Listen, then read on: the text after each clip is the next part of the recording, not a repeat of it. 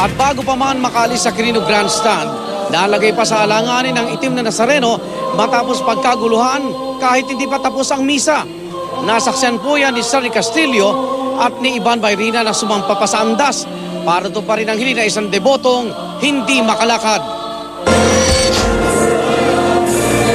Dahil nakaramdam na ng gulo alas 6 ng umaga, hindi pa man nagsisimula ang misa. Sumampa na sa karo ang mga bantay ng puon, ang Hijos del Nazareno. Ang misyon na bahagi ng kanilang panata, maprotektahan ang puon.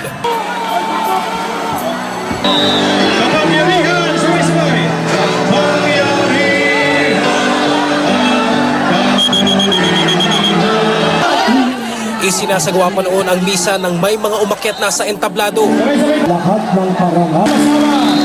Pero tuloy ang homily ni Manila Archbishop Luis Antonio Cardinal Tagle. Parang unti-unti na rin nakakalimutan ang mga kapatid sa Zamboanga. Baka unti-unti na rin malimutan ng Bohol at hanggang kailan kaya maaalaala ang mga kapatid na nasa lanta ng Yolanda. At nagbiro pa ng masira ang kanyang mikropono. Yang corruption na kahiya. Sinasabotahe ang mikropono. Sino yan? Uulitin ko yan. Maya-maya pa, ineskorta na si Manila Mayor Joseph Estrada pababa ng stage. Bago pa man makapagkomunyon, inilipat na sa andas ang itim na Nazareno dahil pinagkakaguluhan na. At sa pag-apaw ng mga nais makalapit, ang itim na Nazareno animoy sumubsog. Yakap, halik at punas ng panyo, halos hindi pa kawala ng ilang deboto ang puon. Ikinagulat ng mga ihos ang balyahan, sabay pagsusumamo.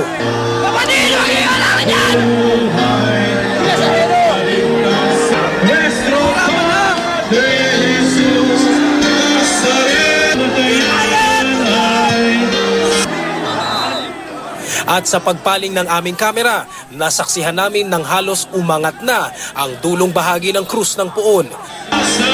Kaya binaklas na ang korona nito para hindi mawala.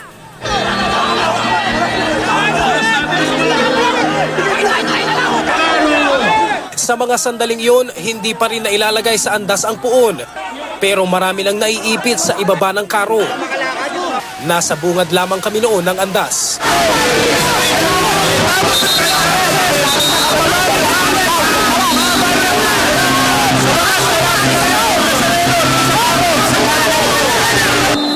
Milyon-milyon ang pumunta. Marami ang umaasang maipuna sa puon ang dalang tela. Marahil isang pagpapala na rin na bago isampa sa andas, sa amin mismong harapan, dumaan ang puon at aming nahawakan.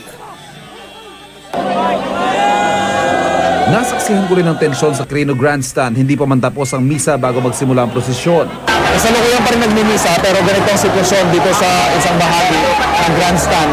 May ilang mga deboto na nagpupumilit ng pumasok.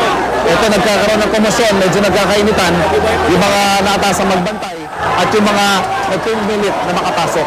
Kasama ng milyong-milyong deboto, inabangan ko rin ang puon para sa isang natatanging misyon. Bago kasi ako magtungo sa grandstand, nakilala ko sa Quiapo 70 taong gulang na si Mang Virgilio. Mag-isa sa buhay at walang permanenteng tirahan. Gusto sana niyang makalapit sa puon pero dahil hindi na nakakalakad, humiling siya sa amin. Mari po sana itong tower na ito ipahid po ninyo na Nazareno at malaking una itong tatanawin sa inyo. Ito po. Pinaniniwalaan kasi ng mga debotong nakapagpapagaling ang telang ipinapahid sa puon. Ang tuwalya ni Mang Virgilio, mahigpit kuntangan habang inaabangan ng itim na Nazareno. Dito ko naramdaman ng siksikan. Nahirapan din akong huminga. Nakakapagod mo dito yung medyo pinipigil mo yung paggalaw mo, pinoprotektahan mo yung iyong katawan. Dahil pag medyo nasamya ka ng malakas-lakas, baka mawala ka ng hininga. Pero sa gitna ng gitgitan at balyahan, naramdaman ko rin ang nakakahawang enerhiya ng mga nagpupumilit makalapit sa puon. Nang maisampang puon sa andas at nang mailabas sa ang lubid, lalong tumindi ang gitgitan. Nang ilang dipa na lang ako mula sa andas, humingi ako ng tulong sa timon o isa sa mga nagbibigay direksyon sa andas. Para ba akong iniangat at mismong ang mga nasa harap, inalok ang kanilang katawan para raw matapakan ko hanggang ako'y makasampa at maipahid sa Nazareno ang dala kong tuwalya.